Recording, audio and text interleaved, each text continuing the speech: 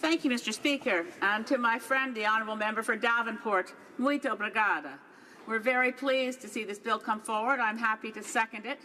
And I wanted to let her know that the story of Portuguese Joe is one I know well. Joe Silva is very well known throughout coastal British Columbia, and his life did take a very unhappy turn. At one point he left Stanley Park, and where he'd been so successful there, one of the early founders of Gastown. But in his last days he lived in my area on the Salish Sea on an island called Reed Island just off Galiano.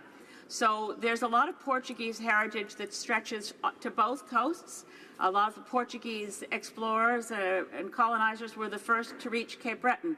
And it's a lot of the place names around Cape Breton Island, where I'm from, were also originally Portuguese. So I want to thank her for this initiative, and I certainly, in terms of a question, only can ask, what can we do to help?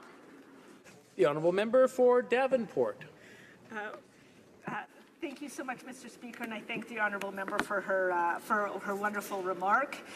You know, I actually really love this particular story of Portuguese Joe, and I love it because I love that there's this connection between the Portuguese community and our First Peoples of this country.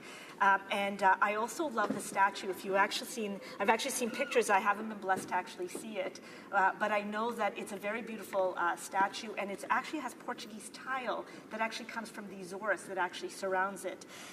So it's a very specific, it's a very special story and history in Canada.